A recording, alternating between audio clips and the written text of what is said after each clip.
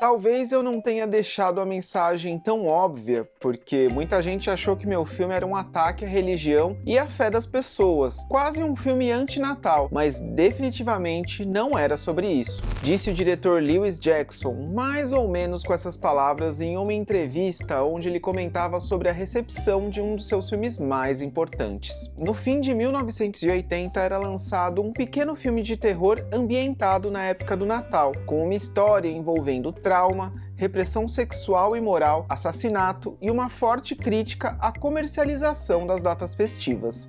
Mais especificamente, o Natal nesse caso. Aperta o play porque o filme encontrado que a gente vai relembrar hoje é Natal Diabólico. Bora conversar um pouco sobre esse filme e sua distribuição confusa na época do lançamento e revisitar alguns temas que o roteiro trabalha que ficaram aí esquecidos debaixo de uma árvore de Natal qualquer.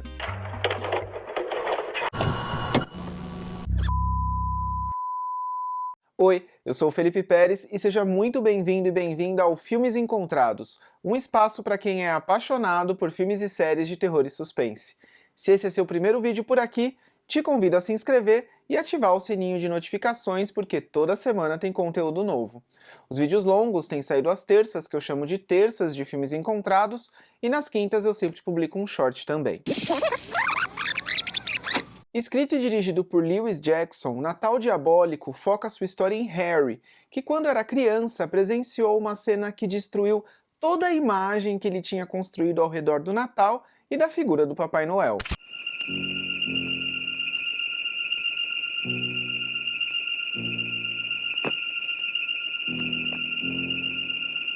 Na noite de 1947, ele, seu irmão Philip e sua mãe prepararam ali um pequeno lanche com leite e bolachas para receber o Papai Noel, que aparece no meio da noite para entregar os presentes. Depois que o Papai Noel deixa os presentes e vai embora, o Harry e o irmão dele vão se deitar, mas o Harry tá desconfiado de que tem algo ali que não tá certo, e aí ele se levanta e vai ver lá se tem alguma coisa errada lá embaixo. Acaba presenciando uma cena da mãe dele e do pai dele tendo aí um momento de intimidade, enquanto o pai dele ainda tá vestindo ali a fantasia de Papai Noel. A ira e a decepção tomam conta da criança que corre pela casa até chegar ao sótão, onde ele encontra um globo de neve. Logo, ele atira o globo no chão e pega um dos pedaços de vidro para se cortar, encerrando aí a impactante cena de abertura antes da história dar um salto para o tempo presente, onde a maior parte da história vai se passar com o Harry já adulto lidando com seu trauma. I told you he'd be happy that we remembered him.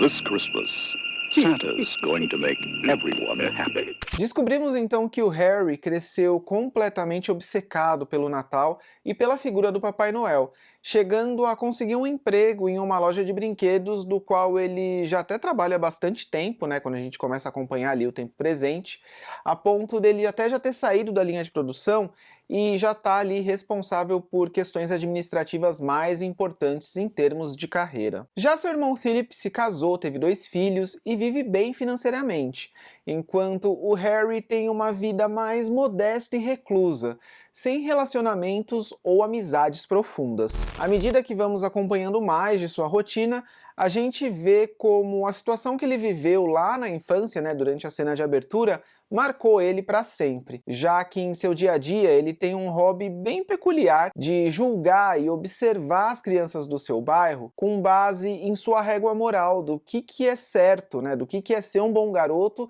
e o que é ser uma boa garota, chegando até a anotar os comportamentos e atitudes das crianças, separando elas entre o livro de crianças boas e o livro de crianças más, completamente surtado. Por exemplo, tal criança cuida dos seus brinquedos, leva o lixo para fora, respeita os pais, vai para o livro das crianças boas. Agora tem um menino em específico que o Harry odeia, porque vira e mexe, ele vê o garoto ali lendo revistas inapropriadas para sua idade. E isso de analisar situações à sua volta, levando em conta o que ele acredita ser o certo, não acontece só com as crianças do bairro. o Harry questiona também as relações de poder na empresa que ele trabalha, ao cada vez mais presenciar que os objetivos e missão da empresa de brinquedos são apenas simbólicos, sempre visando apenas o lucro e a imagem da empresa. Ainda que eles queiram passar ali a imagem de que trabalha com sonhos e a felicidade das crianças, né?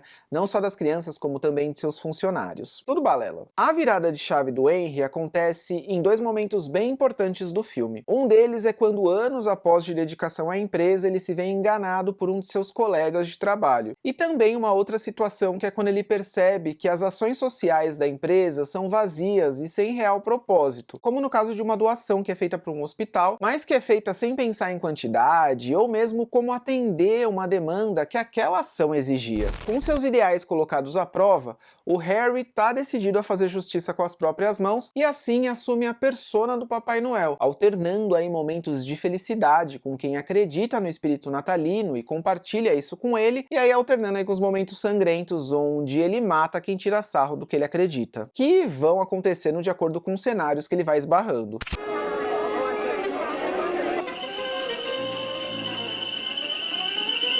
Watch out! Para o roteirista e diretor Lewis Jackson, muito da mensagem original do filme acabou se perdendo por conta de interpretações que ele não pretendia com a sua história. O que pode acontecer, né? As pessoas podem interpretar o que elas bem entendem de um filme, por mais que ele tenha uma mensagem. Mas, segundo ele, muitos encararam o filme como uma ofensa à fé e à religião das pessoas, quando na verdade a história segue aí um caminho completamente diferente, o de criticar a comercialização desenfreada da data, a exploração ali na linha de produção e os danos que isso causa. Tem uma cena que pra mim brinca muito com o lance da ideia de visão de mundo ideal, que parece uma coisa, mas na verdade é outra. Que é quando o Harry tá trabalhando ali na sala, né, do emprego que ele acredita gostar muito, e aí ele recebe a ligação do colega pedindo para substituir ele na linha de produção. A forma como a sala do Harry é apresentada na tela é quase como se ele estivesse dentro de uma cela, que por dentro parece colorida, com um cartaz do Papai Noel e uma mensagem motivacional ali para os funcionários, mas que na verdade mais parece uma prisão de concreto cinza e sem vida. E isso ali fica muito claro por conta do enquadramento, né, de como essa cena é apresentada. Já dizia Jordan Peele, todo filme de terror tem algo a dizer. Em uma cena deletada do filme que tem no DVD, o Harry presencia algumas crianças fazendo um teste com uns soldadinhos, né, um brinquedo ali que meio que ele tinha idealizado, e quebrando todos os brinquedos, que são extremamente frágeis. O Harry levanta a possibilidade de que os brinquedos deveriam ser feitos ali de uma outra forma, mas fica claro que o lucro e a quantidade falam mais alto do que a qualidade, e apesar de ser uma cena deletada, é mais um momento que os ideais do Harry são confrontados ali, e é algo que todo mundo passa no mercado de trabalho, né? Tanto que eu acho o máximo a cena do filme que o Harry vai até a fábrica, pega ali todos os brinquedos e vai fazer uma doação real ao hospital, já que a tal doação que disseram que tinham feito era pife simbólica. Era só ali para falar que estavam fazendo uma doação mesmo. E aí o Harry surge aí como esse vilão anti-herói complexo, que hora você tá torcendo junto, e em um outro momento fica ali tenso com o que pode acontecer, né? Porque vira e mexe vem aí algum momento violento onde ele desperta a ira dele. Kids. Christmas Evil. The Non-Believers. O filme tem uma cena em específico bem forte em que os adultos já estão desconfiados ali do Harry, mas as crianças o olham ainda com pureza, né, sem maldade. E aí quando um homem vai ameaçar ali o Harry com uma faca, essa faca acaba indo parar nas mãos de uma criança, que entrega a faca pro Harry com um enorme sorriso no rosto, tipo, ó, tá aqui, faça o que você tem que fazer, a gente tá com você. Pesado. You better believe in Santa, or he'll slay you. E bom, daí pro final rola uma enorme perseguição no bairro, com os moradores querendo botar fogo no Papai Noel, e ele tentando escapar, chegando a ir até a casa do irmão dele, o Philip, pra procurar refúgio e ajuda. E aí é engraçado como o filme mais uma vez brinca com a nossa expectativa, seguindo aí um caminho inusitado, quando o Philip quase enforca o Harry até a morte por conta dos crimes que ele tinha cometido. Durante o filme todo fica essa tensão, né, do Philip querendo saber o que tá acontecendo com o Harry, por que ele tá meio sumido, sumido, por que ele não vai lá visitar a família, e aí nesse desfecho, quando os irmãos se encontram, tem essa situação aí em que o Philip acaba quase matando o próprio irmão por conta de tudo que ele estava fazendo. Mas o Harry não morre e foge mais uma vez.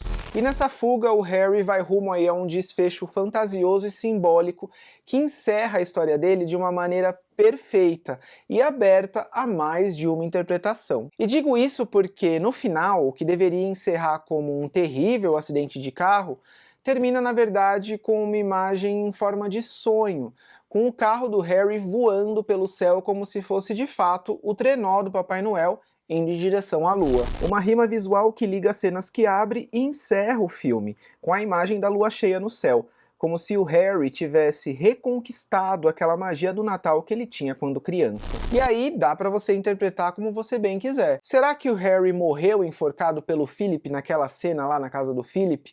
E aí naquele momento de quase morte ele começa a imaginar toda essa fuga e depois, enfim, o carro dele se transformando nesse trenó simbólico? Ou será que ele realmente sobreviveu ao ataque do Philip, fugiu ali com o carro, e aí quando ele sofre o acidente de carro, que ele começa realmente a imaginar essa situação, né, quando ele tá nesse outro momento quase morte, ou por fim também uma terceira interpretação, que aí fica aquela coisa mais fantasiosa, né, de você aceitar que o Harry de fato assumiu essa persona, virou isso que ele queria e teve o desfecho que ele tanto sonhava.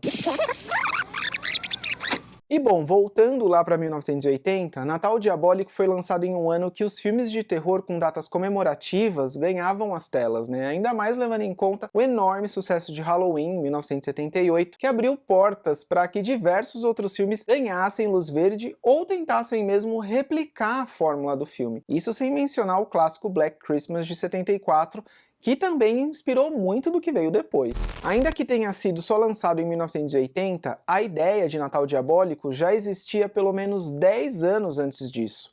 O diretor só não conseguia que ninguém acreditasse e investisse grana na ideia maluca que ele tinha. Mas bem, como eu comentei, Black Christmas e Halloween pavimentaram aí o caminho e abriram portas para que mais filmes saíssem do papel com alguma data comemorativa como justificativa para um bom banho de sangue. Só ali entre 1980 e 1981 a gente teve Sexta-feira 13, A Morte Convida para Dançar, O Natal Diabólico, Réveillon Maldito, Dia das Mães Macabro, Graduation Day e o Dia dos Namorados Macabro. O Natal Diabólico pode não ter se destacado tanto assim na época dentre todas essas produções, mas com os anos foi ganhando seu devido reconhecimento. As duras críticas que o longa recebeu em seu lançamento e nos anos seguintes mexeram demais com o diretor Lewis Jackson, algo que só foi mudar de fato quando o Natal Diabólico recebeu uma crítica pública do cineasta John Waters, que fez muita gente redescobrir o longa. Segundo Lewis Jackson, foi quase como se o John Waters tivesse salvado a vida dele ao elogiar seu trabalho, já que, segundo Waters, Natal Diabólico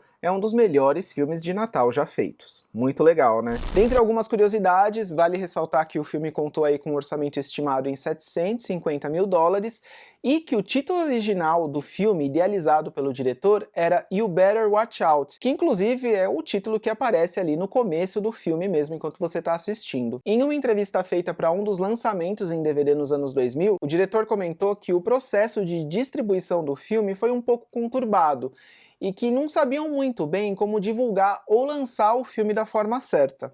Com isso, tiveram algumas alterações aí que fugiram do controle dele, e o título do filme foi uma delas. Além de Christmas Evil, que até hoje o diretor não sabe de quem que foi a ideia, mas que ele é muito grato, porque esse foi o nome que pegou mesmo, o filme chegou a ganhar um outro título alternativo quando chegou para o mercado de locação em VHS, o de Terror na Loja dos Brinquedos. Olha só essa capa do VHS com esse título aí alternativo. A campanha de marketing de Christmas Evil bebeu muito da fonte de Halloween, fazendo uma brincadeira direta com a tagline do filme do John Carpenter. Em Halloween, a frase de impacto era The Night He Came Home, enquanto em Christmas Evil foi The Night He Dropped In, brincando com a ideia do Papai Noel descer a chaminé das casas. Inclusive tem uma cena bem engraçada em Natal Diabólico que o Harry tenta descer uma chaminé, mas fica preso. Um outro momento aí que as crenças de infância do personagem vão por água abaixo. Já aqui no Brasil, o filme chegou nas locadoras com o título Natal Diabólico e uma arte na capa bem inusitada com um esqueleto vestido de Papai Noel. Curioso que muitos anos depois tivemos de fato aí um filme de terror natalino com o título Better Watch Out, né? Que ficou aqui no Brasil como O Perigo Próximo, de 2016. E até uma das continuações da franquia Natal Sangrento, o terceiro filme lá de 1989, usa essa expressão como subtítulo, o Silent Night, Deadly Night 3, Better Watch Out.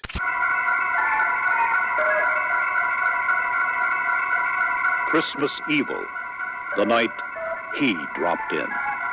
Halloween, the night he came home. Bom, falando de um ponto de vista bem pessoal, eu acho o Natal Diabólico um filme belíssimo. Existe aí todo um cuidado com a direção de arte e a fotografia, que transformam cenas incrivelmente simples em momentos grandiosos, como aquele em que o Harry chega no sótão e vê o globo de neve, ou mesmo quando ele, junto da mãe e do irmão, acompanha ali a chegada do Papai Noel por detrás da escada. E o filme é cheio desses momentos que trazem aí uma certa doçura, com um clima de nostalgia, né? De uma memória que vai ser significativa para os personagens, assim como a gente tem as nossas memórias também, como que a gente se recorda disso.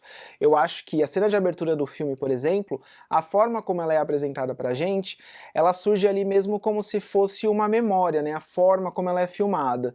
Então é uma cena de abertura que eu acho muito bonita. E também ali uma das minhas cenas preferidas, né? Que é o desfecho fantasioso com o Harry imaginando que seu carro é o trenó do Papai Noel. É muito fácil se ver preso à loucura ali que o ator Brandon Maggart entrega ao dar vida ao personagem Harry, e em como o roteiro se esforça para ir apresentando pra gente ali os diversos lados desse personagem, que tem esses momentos muito infantis, de muita coisa reprimida, né, essa questão dele com o sexo, que inclusive aí é uma questão forte nos slashers dessa época, do sexo ser visto como algo errado. O próprio Harry ali condena, né, uma das crianças por estar vendo ali uma revista que ele acha que é inapropriada para a idade dele. Então ele tem muito essa coisa também de ver o sexo como uma coisa errada, né, que aí tá totalmente ligado também ali à cena de abertura, ao trauma que ele teve ali quando ele era criança. É algo que acaba guiando ali a jornada do Harry desde a cena de abertura. É um filme que vale muito a pena revisitar ou conhecer caso você ainda não tenha visto, e acho que tem uma coisa bem única ali por focar toda a sua narrativa pelo olhar desse anti-herói, que é impossível não torcer por ele em meio ali todos os seus defeitos e sonhos. E claro, o seu confronto ali com a realidade na empresa que ele trabalha, que de mágico não tinha nada. Como diz no cartaz que fica na sala onde o Harry trabalha, se não é um sonho feliz, não vale a pena ter. Espero que você tenha curtido essa volta para 1980 comigo, pra gente revisitar aí o filme do Lewis Jackson. Acabei não mencionando, mas tem o filme na minha coleção por conta do box Slashers, volume 14 da Versátil Home Video. Um sonho ainda ter o VHS na coleção, que é super raro, quem sabe um dia vem aí. Mas me conta aqui nos comentários se você curte esse filme ou se ficou com vontade de assistir. E já aproveito também aqui para deixar um Feliz Natal para você. A gente se vê na próxima terça de Filmes Encontrados. Até lá!